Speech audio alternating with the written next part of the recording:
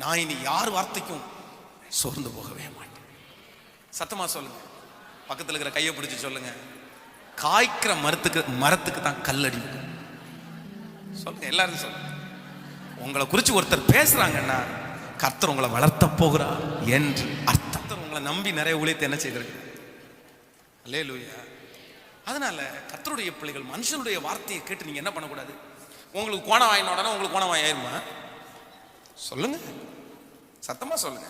அடா ஆண்டவர் படைச்சது இத்தனைதான், இவ்வளவுதான் இருக்குங்க, இவ்வளவுதான் இருக்கு.